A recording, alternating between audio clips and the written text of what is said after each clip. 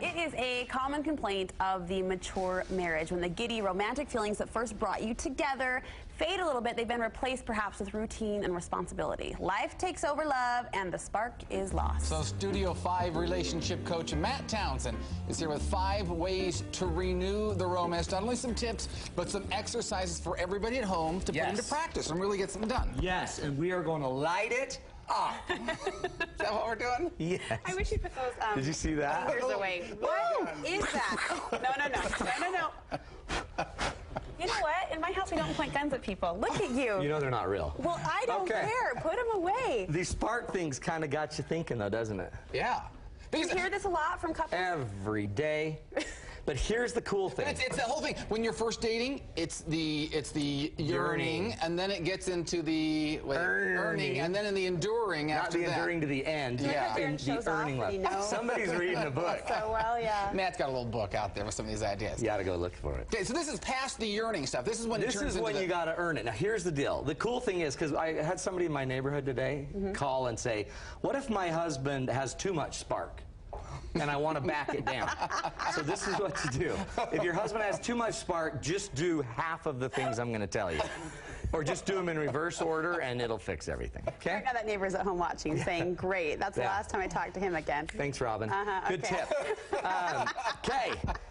2 little sparks, so this is how we pick it up. Now, remember, we used to have spark, right? Back when we were yearning. Yeah. Let's all take 1 second and just think back to that day.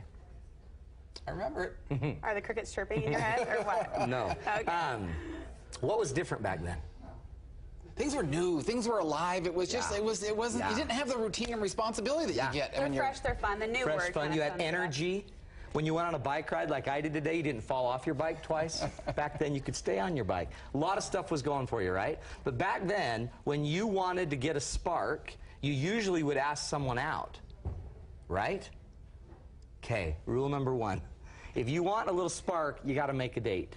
Back then, it used to work. So we're going to go through everything you used to do on a date that worked, and I'll bet you $1,000 it'll work again today. You got to make a date. Most couples that don't have spark don't have time for each other. You don't have time for each other, you're not going to have any sparkage. So this is your regular Friday night? Now, you could have 3 dates. Okay. Go crazy. You could make a date at a soccer game where you just walk away from your children for a half hour and walk around the park. But you got to make a date. So one of the rules is you got to make time. Activity number 1, make time for romance. If you don't have time for romance, if you're not anticipating it, if you're not thinking about it, it's not going to happen. It's not going to happen. What do you want to bet? You're not going to have surgery unless you schedule it.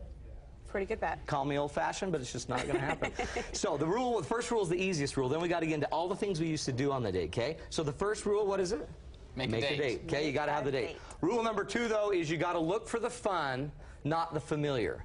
When you were dating back in the day, you weren't looking for just boring familiarity. You were looking for what was fun, what was exciting, what was interesting. Do you remember back on those dates? You'd be willing to try anything.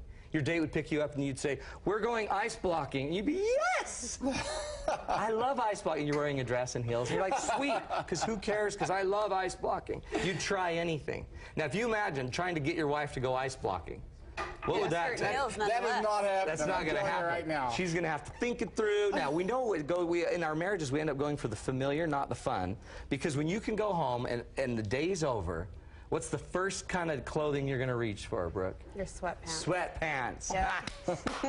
Yes! That's what we call familiar. They're not hot? Sweatpants? Yeah, they're not hot. Oh. They're not But hot. they're familiar. We like that cozy, warm, familiar stuff. So you're saying if people just were to follow rule number 1, which I think a lot of couples pride themselves in, they say, hey, we have a regular Friday night date. If you just were to follow that rule, you're kind of setting yourself up for a trap. Right. Because think about it, I guarantee it's the same date every week. You go to the same restaurant. It's familiar, we order the same thing. Now, research shows the more fun, the more interesting, the more energy you have, you associate that energy and excitement with the date. So if you lack chemistry just because you're old, then you need to create chemistry by doing something fun, Makes sense. focusing on the fun. Remember, back in the day, you used to risk. So here's your assignment. You need to go risk a little bit. You need to start having dates that have a little risk, a little edge. One way to do that is to go back to all the old dates you used to have and start redoing them. Think of your best dates you had when you were first dating. Like my wife and I would play tennis. We haven't played tennis together for years. We would go to the park and do it in the old days. They used to call it parking. And we would park. We don't even park anymore except when we have 5 kids in the back. So now Marty's at home saying, great, I got to go park, and Christy's at home saying, great, I got to go ice blocking. Exactly. You know? I'll bring a block of ice on the way home. I promise there'll be energy. So you got your job, risk it, get out there, do something different. Okay, the next one, are you ready? Talk and laugh. How many times have you gone out with your partner and there hasn't been a whole lot of laughing?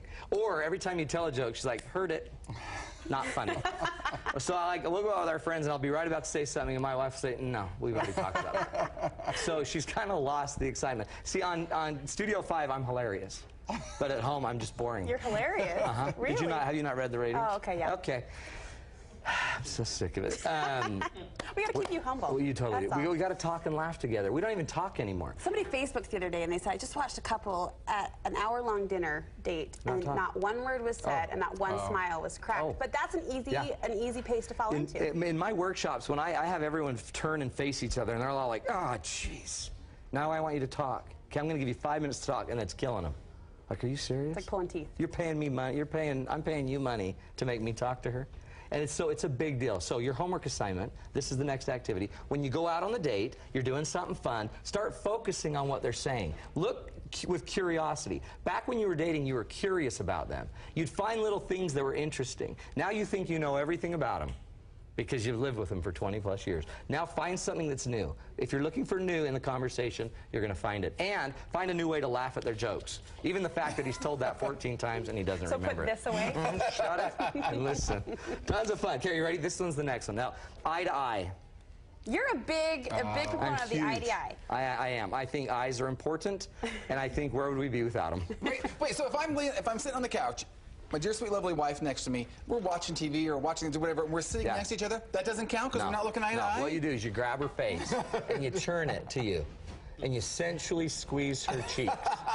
And then you say something as simple as, baby, fixate on these 2 things. And then you put her in a trance. Okay, my bad. Did I get carried away? I got carried away on that one. Just a tad. But I was feeling something inside, and I was going with it. The problem was you were staring at Darren. Oh, that's right. Well, I would do it. That would be so weird. We're done. Moving on. You know, the ratings would soar. But eye to eye, we want eye to eye, because you know what? Honestly, eye to eye, there's this spark. And in some of my activities, you have to face each other. And I don't even allow you to talk. So here's your homework assignment. Every one of you, listen to me. Trust me. I'm a highly trained professional. You, for 7 minutes, have to face your partner, and you can't say a word. How long? 7. 7 minutes. You don't talk. You just look in their eyes. And you can't go, you just have to. Now, just to connect. We're connecting. I promise you. Because remember back when you were dating? You just could not get enough of their eyes. And you're like, I swear I see heaven in your eyeballs. I almost touched your eye. So we want to go eye to eye. We totally want to go eye to eye. And it's a big deal. I promise you'll feel connection. Final tip. Last tip, last and certainly not least, is touch, touch, touch. Shit, 3 times. Touch, touch, touch, touch, touch. Research shows people, when we're touching, it creates endorphins that make us feel good. It decreases our stress. We connect. It feels good. Now, the problem with touch is sometimes one of our partners, sometimes they're called men, think that touch means something else. And it can, and there's nothing wrong with that. And it can, every other month. We're talking about sparking. For the rest of the time, we need to learn to touch without that thought. Because for women, it's the hand-holding. It could be the hand-holding. Okay, yeah. Here's your homework assignment, and challenge me. I dare you.